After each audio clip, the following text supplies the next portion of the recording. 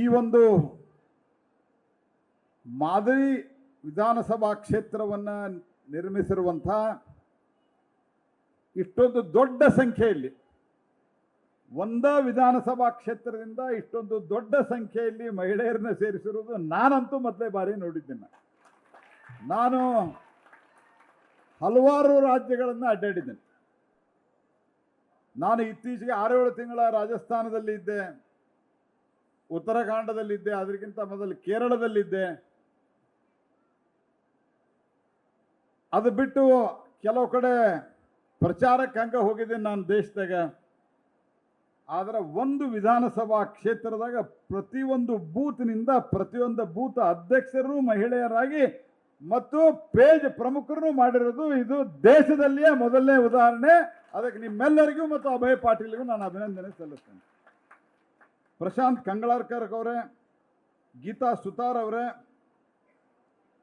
ಶ್ರೀಮತಿ ಮಂಗಳಾ ಸುರೇಶ್ ಅಂಗಡಿ ಅವರೇ, ಅನಂತ್ ಚವಾಣ್ ಅವರೇ, ಮಹಾಂತೇಶ್ ಕೌಟಗಿಮಠ್ ಅವರೇ, MB ಜಿರ್ಲಿ ಅವರೇ, ಅನಿಲ್ ಬೆನಕೆ ಅವರೇ, ಹಾಗೂ ಎಲ್ಲ ಆಗಮಿಸಿರುವಂಥ ತಾಯಂದಿರೇ, ಸಹೋದರ ಸಹೋದರಿಯರನ್ನು ಪ್ರಶ್ನೆನೇ ಇಲ್ಲ. ಯಾಕಂದ್ರೆ ಕೂತವರೆಲ್ಲ ಸಹೋದರಿಯರೇ ಕೂತಾರೆ. ಇವತ್ತು ನಮ್ಮ ಏನು ಪ್ರಣಾಳಿಕೆ ಬಿಡುಗಡೆ ಆಗ್ಯದ, ಆ ಪ್ರಣಾಳಿಕೆಯಲ್ಲಿಯೂ ಸಹಿತ ನಾರಿ ಶಕ್ತಿಗೆ ಅತ್ಯಂತ ಹೆಚ್ಚು ಮಹತ್ವವನ್ನು ಕೊಟ್ಟಿರುವಂತಹ ಪ್ರಣಾಳಿಕೆಯನ್ನು ಇವತ್ತು ಭಾರತೀಯ ಜನತಾ ಪಾರ್ಟಿ ಬಿಡುಗಡೆ ಮಾಡಿದೆ. ಅದನ್ನು ಕೂಡ ನೀವು ಗಮನಿಸಿದ್ದೀರಿ ಅಂತ ನಾನು ಭಾವಿಸ್ತೇನೆ. ಪ್ರಧಾನಮಂತ್ರಿಗಳೇನು ಹೇಳಿದರು, 4 ಜಾತಿಗಳು, ಬಡವರು, ಯುವಕರು, ಅನ್ನದಾತರು ಮತ್ತು ಮಹಿಳೆಯರು, 4 ಜಾತಿಗಳು. ಈ 4 ಜಾತಿಗಳನ್ನು ನಾವು ಸರಿಯಾದ ರೀತಿಯಲ್ಲಿ ಇವರ ಯೋಗಕ್ಷೇಮವನ್ನು ನೋಡಿಕೊಂಡ್ರೆ, ಇವರ ಅಭಿವೃದ್ಧಿಯನ್ನು ನೋಡಿಕೊಂಡ್ರೆ ದೇಶವೇ ಬಹುದೊಡ್ಡ ಪ್ರಗತಿಯನ್ನು ಹೊಂದಲಿದೆ ಅನ್ನುವಂಥ ಮಾತನ್ನು ಹೇಳಿದ್ದಾರೆ. ಸ್ನೇಹಿತರೆ, ಇತ್ತೀಚೆಗೆ ನಡೆದಂಥ ರಿಪಬ್ಲಿಕ್ ಪರೇಡದಲ್ಲಿ ಕೂಡ 60% ಮಹಿಳೆಯರಿದ್ದರು, 60% ಮಹಿಳೆಯರಿದ್ದರು.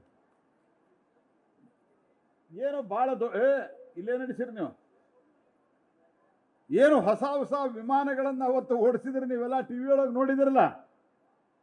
ಹೊಸ ಹೊಸ ಹೆಲಿಕಾಪ್ಟರನ್ನು ಏನು ನಡೆಸಿದ್ರು, ಆ ಎಲ್ಲ ಹೆಲಿಕಾಪ್ಟರು ವಿಮಾನಗಳನ್ನು ಅವತ್ತು ನಡೆಸಿದಂಥವರು, ಚಾಲನೆಯನ್ನು ಮಾಡಿದಂಥವರು ನಮ್ಮ ಮಹಿಳೆಯರು ಅನ್ನುವಂಥ ಸಂಗತಿಯನ್ನು ಬಹಳ ಅಭಿಮಾನದಿಂದ ನಾನು ಹೇಳಲಿಕ್ಕೆ ಬಯಸ್ತೇನೆ. ನಮ್ಮ ಈ ಪ್ರಣಾಳಿಕೆ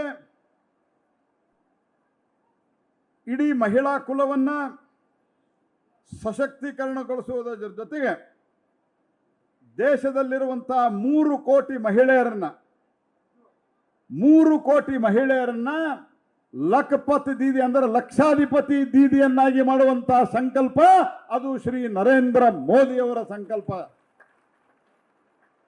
ಅದೇ ರೀತಿ ಮಹಿಳಾ SHG ಗ್ರೂಪ್ಗಳಿಗೆ ನ್ಯಾಷನಲ್ ಲೈವ್ಲಿಹುಡ್ ಮಿಷನ್ದಲ್ಲಿ ಪ್ರತಿಯೊಂದು ಸ್ವಸಹಾಯ ಗುಂಪಿಗೆ ಕನಿಷ್ಠ ಪಕ್ಷ 25,000 ರೂಪಾಯಿಯ ಸಹಾಯಧನವನ್ನು ಕೊಟ್ಟು ಮತ್ತು ಅಲ್ಲಿ ಡ್ರೋನ್ ಟ್ರೈನಿಂಗ್ ಅನ್ನು ಕೊಟ್ಟು ನಮೋ ಡ್ರೋನ್ ದೀದಿಯನ್ನ ವ್ಯವಸ್ಥೆಯನ್ನು ಮಾಡಿರುವಂಥ ಪಾರ್ಟಿ ಅದು ಭಾರತೀಯ ಜನತಾ ಪಾರ್ಟಿ. ಅದೇ ರೀತಿ ಬಾಕಿ ಅನೇಕ ಬೇಟಿ ಪಡಾವ್ ಬೇಟಿ ಬಚಾವ್ ಈ ರೀತಿ ಹಲವಾರು ಸ್ಕೀಮ್ಗಳಿದ್ದಾವೆ. ಅದರ ಜೊತೆಗೆ ಮಹಿಳೆಯರಿಗೆ ತೊಂದರೆ ಆಗಬಾರದು ಅಂಥೇಳಿ ನಮ್ಮ ಅಭಯ್ ಪಾಟೀಲು ಮತ್ತು ಇನ್ಯಾರು ಗ್ಯಾಸ್ ಬಗ್ಗೆ ಮಾತಾಡ್ತಾ ಇದ್ರು. ಬೆನಕೆ ಈಗ ಮೊದಲು ಹೆಂಗಿತ್ತು ಅಂತಂದ್ರೆ ಗ್ಯಾಸ್ ಪಾಳಿ ಹಚ್ಬೇಕು. ಮೊದಲು ಗ್ಯಾಸ್ ಸಿಗುವುದೇ ಕಷ್ಟ ಇತ್ತು ರೀ. ಗ್ಯಾಸ್ ಸಿಗುವುದು ಎಷ್ಟು ಕಷ್ಟ ಇತ್ತು ಅಂತಂದ್ರೆ ವರ್ಷಗಟ್ಟಲೆ ಪಾಳಿ ಹಚ್ಬೇಕಾಗ್ತಿತ್ತು ಹೊಸ ಗ್ಯಾಸ್ ಕನೆಕ್ಷನ್ಗೆ. 65 ವರ್ಷದೊಳಗೆ ಕಾಂಗ್ರೆಸ್ನವರು 3 ಕೋಟಿ ಗ್ಯಾಸ್ ಅನ್ನು ಕನೆಕ್ಷನ್ ಕೊಟ್ಟಿದ್ರೆ, ವಾಜಪೇಯಿ ಅವರ ಕಾಲದೊಳಗೆ ನಾವು 5 ಕೋಟಿ ಗ್ಯಾಸ್ ಕನೆಕ್ಷನ್ ಅನ್ನು 6 ವರ್ಷದೊಳಗೆ ಕೊಟ್ಟರೆ, ಮೋದಿ ಅವರ ಕಾಲದಲ್ಲಿ 10 ವರ್ಷದೊಳಗೆ 12 ಕೋಟಿ ಗ್ಯಾಸ್ ಕನೆಕ್ಷನ್ ಫ್ರೀ ಕೊಟ್ಟಿದ್ದೇವೆ ಅನ್ನುವಂಥ ಮಾತನ್ನ ಹೇಳಲಿಕ್ಕೆ. ಅದೇ ರೀತಿ ಈಗ ಗ್ಯಾಸ್ ಕನೆಕ್ಷನ್ನು ಲಫಡ ಬೇಡ. ಈಗ ಪೈಪ್ಲೈನ್ ಹಾಗಾಗತ್ತಾರಲ್ಲ. ಈಗ ಇಡೀ ದೇಶದೊಳಗ ಬೇರೆ ಬೇರೆ ಊರುಗಳಲ್ಲಿ 15 ಲಕ್ಷ ಕಿಲೋಮೀಟರ್ ಗ್ಯಾಸ್ ಪೈಪ್ ಅನ್ನ ಹಾಕಿ ಗ್ಯಾಸ್ ಕನೆಕ್ಷನ್ ಅನ್ನ ಯಾರು ಮಾವ ಬಂದ ಗ್ಯಾಸ್ ಬಂದ ನಾವು ಮನೆಯಾಗಿರ್ಲಿಲ್ಲ ಮತ್ತೊಮ್ಮೆ ತಗೊಂಬ ಅಂದ 50 ರೂಪಾಯಿ ಕೊಟ್ವಿ. ಇದು ಯಾವುದೂ ಇಲ್ಲ, ನೇರವಾಗಿ ಗ್ಯಾಸ್ ಪೈಪ್ ಮೂಲಕ ನಿಮ್ಮ ಮನೆಗೆ ಗ್ಯಾಸ್ ಅನ್ನ ಕೊಡುತ್ತಾ ಇರುವಂತಹ ವ್ಯವಸ್ಥೆಯನ್ನ ಮಾಡ್ತಾ ಇರುವಂತಹದ್ದು, ಮಹಿಳೆಯರ ಕೆಲಸವನ್ನ ಹಗರ ಮಾಡ್ತಾ ಇರುವಂತಹ ಸರ್ಕಾರ ಅದು ನರೇಂದ್ರ ಮೋದಿ ಸರ್ಕಾರ. ಸ್ನೇಹಿತರೆ, ಅನೇಕ ಯೋಜನೆಗಳ ಬಗ್ಗೆ ಮಾತನಾಡಿದ್ದಾರೆ. ಮೋದಿ ಕಿ ಗ್ಯಾರಂಟಿ ಅಂದ್ರೆ ಏನು ಅಂತ ಕೇಳ್ಯಾರ. ನಾನು ಸಿದ್ದರಾಮಯ್ಯನವ್ರಿಗೆ ಹೇಳಲಿಕ್ಕೆ ಬಯಸ್ತೇನೆ, ಮೋದಿ ಕಿ ಗ್ಯಾರಂಟಿ ಅಂದ್ರೆ 10 kg ಅಕ್ಕಿ ಬೇಕಾ ಬೇಡವಾ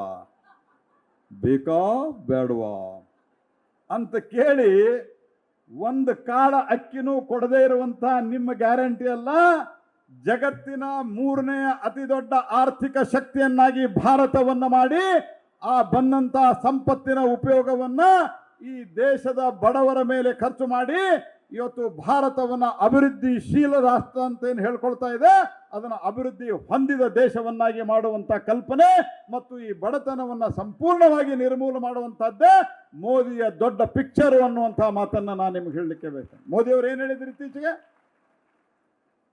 10 ಬರಸ್ ए ट्रेलर है, ಪಿಕ್ಚರ್ ಆ ಪಿಕ್ಚರ್ ಏನು ಅಂತಂದ್ರ ಇವತ್ತು ಫ್ರಾಜೈಲ್ 5 ಅಂತಿತ್ತು. ಜಗತ್ತಿನ ಅತ್ಯಂತ ದುರ್ಬಲ 5 ರಾಷ್ಟ್ರಗಳಲ್ಲಿ ಆರ್ಥಿಕ ವ್ಯವಸ್ಥೆಯಲ್ಲಿ ಭಾರತ ಒಂದಂತಿತ್ತು. ಬ್ರಾಜಿಲ್, ಸೌತ್ ಆಫ್ರಿಕಾ, ಇಂಡಿಯಾ ಜಗತ್ತಿನ ಅತ್ಯಂತ ದುರ್ಬಲ ಆರ್ಥಿಕ ವ್ಯವಸ್ಥೆಗಳಂತಿದ್ದದ್ದು.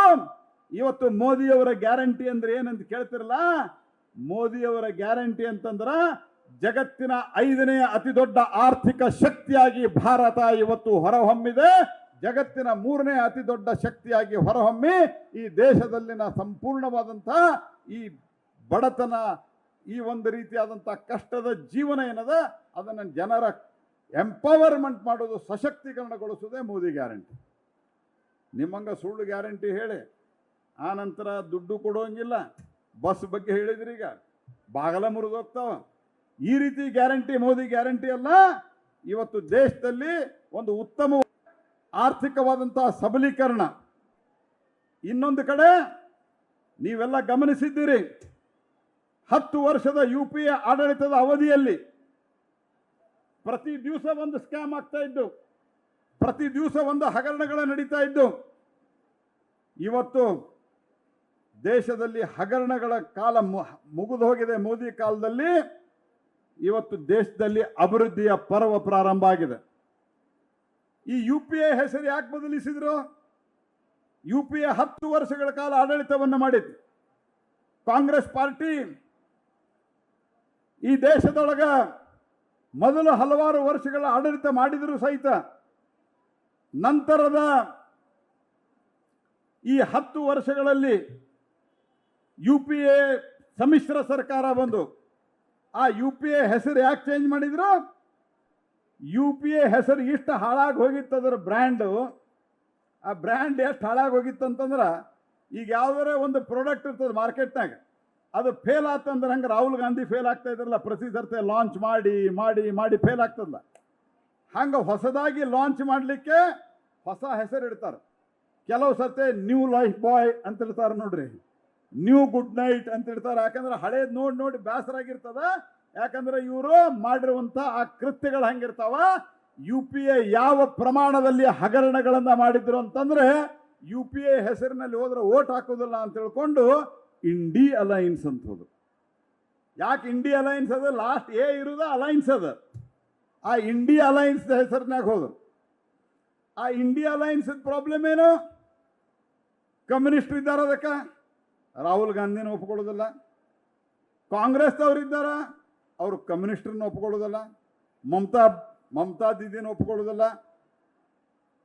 ಎಂಥ ಪರಿಸ್ಥಿತಿ ಅಂತಂದ್ರ, ರಾಹುಲ್ ಗಾಂಧಿ ವಯನಾಡ್ದಾಗ ಹೋಗಿ ಇಲೆಕ್ಷನ್ ನಿಂತರ ದಿಲ್ಲಿಯೊಳಗೆ ಹೋಗಿ ಕೇಜ್ರಿವಾಲ್ನಂತ ಒಬ್ಬ ಭ್ರಷ್ಟ ವ್ಯಕ್ತಿನ ಅರೆಸ್ಟ್ ಮಾಡಿದಾಗ ಕಮ್ಯುನಿಸ್ಟರು ಸೋನಿಯಾ ಗಾಂಧಿ ರಾಹುಲ್ ಗಾಂಧಿ ಎಲ್ಲ ಕೂಡಿ ಕೈ ಹಿಡ್ಕೊಂಡು ನಿಂತರು. ಮರುದಿವ್ಸ ಹೋಗಿ ರಾಹುಲ್ ಬಾಬಾ ನಾಮಿನೇಷನ್ ಹಾಕಲಿಕ್ಕೆ ಹೋದ್ರ ಕಮ್ಯುನಿಸ್ಟ್ ಹೇಳ್ತಾರೆ ಇಲ್ಲಿ ಯಾಕೆ ಬಂದಿ ನಡೀನಿ ಅಂತ. ಅಂದ್ರೆ ಒಬ್ಬರಿಗೊಬ್ಬರು ತಾಳಿಲ್ಲ, ತಂತಿಲ್ಲ, ಏನೂ ಇಲ್ಲ. ಬೇಂದ್ರೆ ಅವರ ಒಂದು ಹಾಡಿತ್ತು, ಈ ಇಂಡಿಯಾ ಅಲೈನ್ಸ್ ಇದ್ದ ಹಣೆ ಬಾರ ಹೆಂಗಾಗದಂತಂದ್ರ ಬೇಂದ್ರೆ ಅವರೊಂದು ಹಾಡಿತ್ತು, ಕುಣಿಯೋಣ ಬಾರ ಕುಣಿಯೋಣ ಬಾರ, ತಾಳ್ಯಾಕ ತಂತ್ಯಾಕ ಹೆಜ್ಜಾಕ ಗೆಜ್ಜಾಕ, ಕುಣಿಯೋಣ ಬಾರ ಅಂತಂದ್ರೆ ಏನ್ ತಾಳಿಲ್ಲ, ತಂತಿಲ್ಲ, ಕುಣಿಯೋದು. ಇವರು ಇಂಡಿಯಾ ಅಲೈನ್ಸ್, ಡೆಲ್ಲಿ ಒಳಗ ದೋಸ್ತಿ, ಕಲ್ಕತ್ತಾದ ಕುಸ್ತಿ. ಏನ್ ಹೇಳ್ತಾರ ಮಮತಾ ಬ್ಯಾನರ್ಜಿ ಹೇಳ್ತಾರೆ, ನೀವು 40 ಸೀಟ್ ಗೆಲ್ರಿ ಸಾಕು ನಿಮ್ಮ ಹಣೆ ಬಾರಕ್ಕಂತ ಹೇಳ್ತಾರೆ. ಇವರು ದೇಶ ನಡೆಸ್ಲಿಕ್ಕೆ ಸಾಧ್ಯದ? ಮತ್ತು ರಾಹುಲ್ ಗಾಂಧಿಯ ಕಾಂಗ್ರೆಸ್ಸಿನ ಪಾರ್ಟಿಯ ಮಾನಸಿಕತೆ ನೋಡ್ರಿ ನೀವು. ಆ ಕಡೆಯಿಂದ ನೀವು 2-3 ವಿಷಯಗಳ ಇತ್ತೀಚೆಗೆ ನಡೆದಂತ ಘಟನೆಗಳನ್ನ ಮಾತ್ರ ನೀವು ಗಮನಿಸ್ರಿ. ಪಾಕಿಸ್ತಾನ್ ಜಿಂದಾಬಾದ್ ಅಂತ ವಿಧಾನಸೌಧದಾಗ ಹೇಳ್ತಾರ, ಘೋಷಣೆ ಹಾಕ್ತಾರ. ಇವರು ಉತ್ತರ ಏನ್ ಕೊಡ್ತಾರ? ಅಂದಿಲ್ರಿ, ಅಂದೇ ಇಲ್ಲ ಅವರಂತ. ಯಾವಾಗ ಲ್ಯಾಬ್ ರಿಪೋರ್ಟ್ ಬರ್ತದೆ ಆವಾಗ ನಮ್ಮ ಒತ್ತಡಕ್ಕೆ ಮಣಿದು, ವಿರೋಧ ಪಕ್ಷಗಳ ಒತ್ತಡಕ್ಕೆ ಮಣಿದು ಅವ್ರನ್ನ ಒಳಗೆ ಹಾಕ್ತಾರ. ಆದ್ರೆ ಯಾವ ದಿವಸ ಆಗಿತ್ತು ಅವ ದಿವಸ ಒಳಗೆ ಹಾಕಲಿಲ್ಲ. ಯಾಕಂದ್ರೆ ತುಷ್ಟೀಕರಣದ ರಾಜಕಾರಣ. ಆ ತುಷ್ಟೀಕರಣದ ರಾಜಕಾರಣದ ಪರಾಕಾಷ್ಠೆ ಏನು?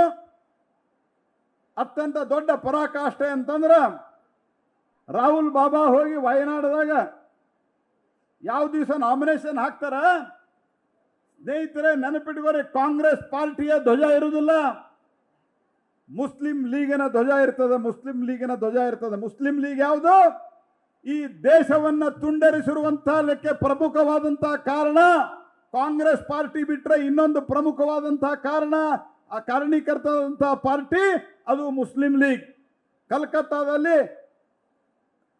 ಸ್ವತಂತ್ರ ಸಿಗೋದಕ್ಕಿಂತ ಕೆಲವೇ ದಿವಸಗಳ ಮೊದಲು ಡೈರೆಕ್ಟ್ ಆಕ್ಷನ್ ಅಂತ ಒಂದು ಕಾಲ್ ಕೊಟ್ಟಿದ್ರು ಮುಸ್ಲಿಂ ಲೀಗ್ದವರು. ಆ ಮುಸ್ಲಿಂ ಲೀಗದ ಕಾಲದ ಆಧಾರದ ಮೇಲೆ ಲಕ್ಷಾಂತರ ಜನರ ಕೊಗ್ಗಲೆ ಆಗಿತ್ತು, ಅತ್ಯಾಚಾರ ಆಗಿತ್ತು, ಅನ್ಯಾಯ ಆಗಿತ್ತು. ಆ ಮುಸ್ಲಿಂ ಲೀಗಿನ ಜೊತೆಗೆ ಇವರ ಹೊಂದಾಣಿಕೆ ರಾಹುಲ್ ಗಾಂಧಿಯ ನಾಮಿನೇಷನ್ದೊಳಗ ಕಾಂಗ್ರೆಸ್ ಪಾರ್ಟಿಯ ಧ್ವಜ ಇರಲಿಲ್ಲ, ಮುಸ್ಲಿಂ ಲೀಗಿನ ಧ್ವಜ ಇದ್ದು ಅನ್ನುವಂಥದ್ದನ್ನು ಅತ್ಯಂತ ನಾವು ನಾಚಿಕೆಗೇಡಿನ ಸಂಗತಿಯನ್ನು ನೋಡಿದ್ದೇವೆ. ಅದರ ಪರಿಣಾಮ ಏನಾಯ್ತು? ಅದರ ಪರಿಣಾಮ ಇಲ್ಲಿ ಬಂದು ಟೆರರಿಸ್ಟ್ ಆಕ್ಟಿವಿಟಿ ಇಡೀ ದೇಶದೊಳಗೆ ಕಳೆದ 10 ವರ್ಷದೊಳಗೆ ಟೆರರಿಸ್ಟ್ ಆಕ್ಟಿವಿಟಿ ಆಲ್ಮೋಸ್ಟ್ ಬಂದಾಗಿತ್ತು. ಮೊದಲು UPA ಕಾಲದೊಳಗೆ ಎಲ್ಲಿ ನೋಡಿದಲ್ಲಿ ಟೆರರಿಸ್ಟ್ ಆಕ್ಟಿವಿಟಿ, ಮುಂಬೈದಾಗ ಟೆರರಿಸ್ಟ್ ಆಕ್ಟಿವಿಟಿ, 200-300 ಜನ ಸತ್ತು ಹೋದ್ರು ಒಂದೇ ಟೈಮ್. ಮುಂಬೈದಾಗ, ಪುಣೆದಾಗ, ಕಲ್ಕತ್ತಾದಾಗ, ಡೆಲ್ಲಿ ಒಳಗ, ಹೈದರಾಬಾದ್ದಾಗ, ಬೆಂಗಳೂರಿನಾಗ ಎಲ್ಲಿ ಬೇಕಾದಲ್ಲಿ ಉಗ್ರವಾದಿ ಚಟುವಟಿಕೆ. ಈ ಉಗ್ರವಾದಿ ಚಟುವಟಿಕೆಯನ್ನ ಆಗಿ ಹಲವಾರು ಜನ ಸತ್ತ ನಂತರ ನಮ್ಮ ದೇಶದ ಅವತ್ತಿನ ನೇತೃತ್ವ ನಡ್ಕೋತಿತ್ತಂಗ ಮೇಣಬತ್ತಿ ಹಚ್ತಿತ್ತು. ಸತ್ತವ್ರ ಹೆಸರಲ್ಲೇ ಮೇಣಬತ್ತಿ ಹಚ್ಚಿ ಸುಮ್ಮನೆ ಕೊಡ್ತಿದ್ರು. 2014 ನಂತರವೂ ಇದೇ ಪ್ರಯತ್ನವನ್ನ ಪಾಕಿಸ್ತಾನ ಮಾಡಿತು. ಪಾಕಿಸ್ತಾನ ಮಾಡಿದಂತ ಸಂದರ್ಭದಲ್ಲಿ ಅವರು ಮತ್ತೆ ತಿಳ್ಕೊಂಡಿದ್ರು ಮತ್ತೆ ಮೇಣಬತ್ತಿ ಹಚ್ಚಿ ಸುಮ್ಮನಿರ್ತಾರಂತ ಹೇಳಿ. ಆದ್ರೆ ಯಾವತ್ತು ಒಂದು ದಿವಸ ಇಲ್ಲಿ ಬಂದು ಮಾಡಿದ್ರು, 2ನೇ ಸತಿ ಉರಿಯಲ್ಲಿ ಮಾಡಿದ್ರು. ನಾವು ಯಾವ ನೆಲದಿಂದ ನಮ್ಮ ದೇಶಕ್ಕೆ ಭಯೋತ್ಪಾದಕರು ಬಂದಿದ್ರು ಆ ಪಾಕಿಸ್ತಾನವನ್ನು ಒಳಗೆ ಹೊಕ್ಕು ಹೊಡೆಯುವಂತಹ ಕೆಲಸವನ್ನು ನಾವು ಮಾಡಿದ್ದೇವೆ ಸ್ನೇಹಿತರೆ. ಇವತ್ತು ದೇಶಕ್ಕೆ ಇದಕ್ಕಾಗಿ ಗೌರವ ಬಂದಿದೆ. ದೇಶದ ಆರ್ಥಿಕ ಸ್ಥಿತಿ ಇಂಪ್ರೂವ್ ಆಗಿರೋದ್ರಿಂದ, ಹೊಡೆತಾ ತಿಂದು ಕೂಡೋರಲ್ಲ ಅನ್ನುವಂಥ ಸ್ಥಿತಿ ಇರೋದ್ರಿಂದ ಇವತ್ತು ದೇಶದಲ್ಲಿ ಪರಿವರ್ತನೆ ಆಗ್ತಾ ಇದೆ. ಜಗತ್ತು ಭಾರತಕ್ಕೆ ಗೌರವ ಕೊಡ್ತಾ ಇದೆ. ಯಾವಾಗ ಏರ್ ಸ್ಟ್ರೈಕ್ ಮಾಡಿದ್ವಿ, ಏರ್ ಸ್ಟ್ರೈಕ್ ಮಾಡಿದಂಥ ಸಂದರ್ಭದಲ್ಲಿ ಕ್ಯಾಪ್ಟನ್ ಅಭಿನಂದನ್ ಸಿಕ್ಕೋತಾರ. ಕ್ಯಾಪ್ಟನ್ ಅಭಿನಂದನ್ ಸಿಕ್ಕೊಂಡಾಗ ಕಾಂಗ್ರೆಸ್ ಪಾರ್ಟಿಯವರಿಗೆ ಬಹಳ ಖುಷಿ ಆಗ್ತದೆ. ಯಾಕ? ಅಭಿನಂದನನ್ ಪಾಕಿಸ್ತಾನದವರು ಸಾಯಿಸ್ತಾರ, ಕೊಲ್ತಾರ, ಆವಾಗ ಮೋದಿನ ಬದನಾಮ್ ಮಾಡ್ಬೋದು ಅನ್ನುವಂಥ ಒಂದು ಒಳಗೆ ಖುಷಿ ಪಟ್ಟಿದ್ರು. ಆದ್ರೆ ಅವರಿಗೆ ಗೊತ್ತಿಲ್ಲ ಇದು ಕಾಂಗ್ರೆಸ್ಸಿನ ಭಾರತ ಅಲ್ಲ, ನರೇಂದ್ರ ಮೋದಿ ಭಾರತ ಅನ್ನುವಂಥ ಸಂಗತಿ ಗೊತ್ತಿರಲಿಲ್ಲ. ಯಾವ ದಿವಸ ಅಭಿನಂದನ್ ನಮ್ಮ ಕಡೆ ಏರ್ಕ್ರಾಫ್ಟ್ ಸರಿ ಇರಲಿಲ್ಲ ಅವಾಗ, ಯಾಕಂದ್ರೆ ಆವಾಗ ತಾನೇ ನಮ್ಮ ಸರ್ಕಾರ ಬಂದಿತ್ತು. ಇವತ್ತಿನಂಗೆ ರಾಫೇಲ್ ಏರ್ಕ್ರಾಫ್ಟ್ ಇದ್ರೆ ಇಲ್ಲೇ ಕೂತು ಪಾಕಿಸ್ತಾನ ಖಲಾಸ್ ಮಾಡ್ತಿದ್ವು ನಾವು ಉಗ್ರರನ್ನ. ಆದ್ರೆ ಸಿಕ್ಕ ನಂತರವೂ ಸಹಿತ ಯಾವಾಗ ಅಭಿನಂದನ್ ಜೀವಕ್ಕೆ ಭಯ ಇದೆ, ತೊಂದರೆ ಇದೆ ಅಂತ ಅನ್ನಿಸ್ತು, ಡೇಂಜರ್ದಲ್ಲಿದ್ದಾರೆ ಅಂತ ಅನ್ನಿಸ್ತು, ನರೇಂದ್ರ ಮೋದಿ ಅವರು ಜಾಗತಿಕ ಅನೇಕ ನಾಯಕರಿಗೆ ಫೋನ್ ಮೂಲಕ ಹೇಳಿದ್ರು, ಸ್ವತಃ ಪಾಕಿಸ್ತಾನಕ್ಕೂ ಹೇಳಿದ್ರು, ನಮ್ಮ ಅಭಿನಂದನ್ ಏನಾದರೂ ಸುರಕ್ಷಿತವಾಗಿ ಬರಲಿಲ್ಲ ಅಂತಂದ್ರೆ ಜಗತ್ತಿನ ಭೂಪಟದಿಂದ ಪಾಕಿಸ್ತಾನವನ್ನ ಅಳಿಸಾಕ್ತೀನಿ ಅನ್ನುವಂಥ ಎಚ್ಚರಿಕೆಯನ್ನು ಕೊಟ್ಟರು. ಅದರ ಪರಿಣಾಮವಾಗಿ ಇವತ್ತು ಸುರಕ್ಷಿತವಾಗಿ ಬಂದು ಇವತ್ತು ದೇಶದೊಳಗ ಆಕ್ಟಿವಿಟಿ, ಟೆರರಿಸ್ಟ್ ಆಕ್ಟಿವಿಟಿ ಬಹಳ ಕಮ್ಮಿ ಆಗ. ಆದ್ದರಿಂದ ಸ್ನೇಹಿತರೆ, ಕಾಂಗ್ರೆಸ್ ಪಾರ್ಟಿ ಇವತ್ತು ಅದರ ಪರಿಸ್ಥಿತಿ ಬಹಳ ಗಂಭೀರ ಆಗ್ಯದ. ಪಾಕಿಸ್ತಾನ್ ಜಿಂದಾಬಾದ್ ಅಂದವರಿಗೆ ರಕ್ಷಣೆ, ಭಾರತ್ ಮಾತಾ ಕಿ ಜೈ ಎಂದವ್ರನ್ನ ಒಳಗಡೆ ಹಾಕುವಂಥದ್ದು, ಕೇಸ್ ಹಾಕುವಂಥದ್ದು, ಹನುಮಾನ್ ಚಾಲೀಸಾ ಹೇಳಿದಂತ ನಾವು ಮನೆಯಲ್ಲಿ ದಿವಸ ಹನುಮಾನ್ ಚಾಲೀಸಾ ಹೇಳ್ತೀವಿ. ಅನೇಕರು ಹನುಮಾನ್ ಚಾಲೀಸಾ ಹೇಳಿದಂಥವ್ರ ಮೇಲೆ, ಅದರ ಮ್ಯೂಸಿಕ್ ಹಚ್ಚಿದವ್ರ ಮೇಲೆ ಕೇಸು. ಪಾಕಿಸ್ತಾನ್ ಜಿಂದಾಬಾದ್ ಅಂದವ್ರನ್ನ ಒಂದು ವಾರ ತನಕ ಏನೂ ಮಾಡೋದಿಲ್ಲ. ಇದು ಹಿಂದೂಸ್ತಾನವ, ಇದು ಸಿದ್ಧ, ಈ ಹಿಂದೂಸ್ತಾನದಲ್ಲಿ ಇದ್ದೀವಿ ಅಂತನ್ನುವಂಥ ವಿಶ್ವಾಸ ಬರಬಾರದು. ಆ ರೀತಿಯಾದಂಥ ಒಂದು ವ್ಯವಸ್ಥೆಯನ್ನ ಸಿದ್ದರಾಮಯ್ಯ ಸರ್ಕಾರ, ಕಾಂಗ್ರೆಸ್ ಪಾರ್ಟಿ ಮಾಡ್ತಾ ಇದೆ. ಸ್ನೇಹಿತರೆ, ನೀವು ಅನೇಕ ಸಂಗತಿಗಳನ್ನು ತೆಗೆದುಕೊಳ್ಳ್ರಿ. ಕುಕ್ಕರ್ ಬಾಂಬ್ ಬ್ಲಾಸ್ಟ್ ಆದಾಗ ಆ ಟೆರರಿಸ್ಟ್ಗಳನ್ನ ನಮ್ಮ ಬ್ರದರ್ ಅಂತ ಕರೆದವರು. ಇಂಥ ಪಾರ್ಟಿಯಿಂದ ಮತ್ತು ಈ ಪಾರ್ಟಿ ಪರಿಸ್ಥಿತಿನೂ ಬಹಳ ಗಂಭೀರ ಆಗಿದೆ. ದೇಶದೊಳಗೆ ನಾವು ಸರ್ಕಾರ ರಚಿಸ್ತೀವಿ ಅಂತ ಹೇಳಿ ಸಿದ್ದರಾಮಯ್ಯನವರು ಮಾತನಾಡ್ಲಿಕ್ಕೆ ಹೋಗ್ಯಾರ. ನಿನ್ನೆ ಹೇಳ್ಯಾರ ನಾವೇ ಸರ್ಕಾರ ರಚಿಸುವುದು. ಕಾಂಗ್ರೆಸ್ ಪಾರ್ಟಿಗೆ ಈ ದೇಶದೊಳಗೆ ಸರ್ಕಾರ ನಡೆಸಲಿಕ್ಕೆ 272 ಸೀಟು ಬೇಕು. ಕಾಂಗ್ರೆಸ್ ಪಾರ್ಟಿ ಸ್ಪರ್ಧಿಸಿರುವಂತಹದ್ದು ಕೇವಲ 230 ಸೀಟು ಸ್ಪರ್ಧಿಸಿದ್ದಾರೆ. ಕಾಂಗ್ರೆಸ್ ಪಾರ್ಟಿಯ ಸ್ಥಿತಿ ಎಂಥದ್ದಿದೆ ಅನ್ನೋದನ್ನು ನೀವು ಅರ್ಥ ಮಾಡ್ಕೊಳ್ಬೇಕು ಸ್ನೇಹಿತರೆ. ಆದ್ದರಿಂದ ಸ್ನೇಹಿತರೆ, ಯಾರು ರಾಮ ಮಂದಿರ ಬೈಕಾಟ್ ಮಾಡಿದ್ರು, ಯಾರು ಪಾಕಿಸ್ತಾನ್ ಜಿಂದಾಬಾದ್ ಅಂದವರಿಗೆ ಸಪೋರ್ಟ್ ಮಾಡಿದ್ರು, ಯಾರು ಟೆರರಿಸ್ಟ್ಗಳನ್ನ ನಮ್ಮ ಬ್ರದರ್ ಅಂದರು, ಯಾರು ಆರ್ಟಿಕಲ್ 370 ನಾವು ಬಂದರೆ ಪುನರ್ಸ್ಥಾಪನೆ ಮಾಡ್ತೀವಿ ಅಂತಂದ್ರು, ಯಾರು ತ್ರಿವಳಿ ತಲಾಖನ್ನ ಪುನರ್ಸ್ಥಾಪನೆ ಮಾಡ್ತೀವಿ ಅಂದ್ರು, ಆ ಪಾರ್ಟಿಯನ್ನ ನೀವು ಬೈಕಾಟ್ ಮಾಡಬೇಕು. ಅದೇ ನಮ್ಮ ಕ್ಯಾಂಪೇನ್ ಆಗಬೇಕು. ಮೋದಿ ಅವರ ಗ್ಯಾರಂಟಿ, ಜಗತ್ ದೇಶವನ್ನ ನಂಬರ್ 1 ಮಾಡ್ತೀವಿ ಅನ್ನುವಂಥ ಗ್ಯಾರಂಟಿ, ಬಡತನವನ್ನು ನಿರ್ಮೂಲನೆ ಮಾಡ್ತೀವಿ ಅನ್ನುವಂಥ ಗ್ಯಾರಂಟಿಯನ್ನು ತೆಗೆದುಕೊಂಡು ಜನರ ಮುಂದೆ ಹೋಗಬೇಕು ಅನ್ನುವಂಥ ಒಂದು ವಿನಂತಿಯೊಂದಿಗೆ ತಮ್ಮೆಲ್ಲರಿಗೂ ನಮಸ್ಕಾರ. ಜೈ ಹಿಂದ್, ಜೈ ಕರ್ನಾಟಕ. ನ್ಯೂಸ್ ಫಸ್ಟ್, ನಿರ್ಭೀತಿಯಿಂದ ನಿಮ್ಮ ಪರವಾಗಿ.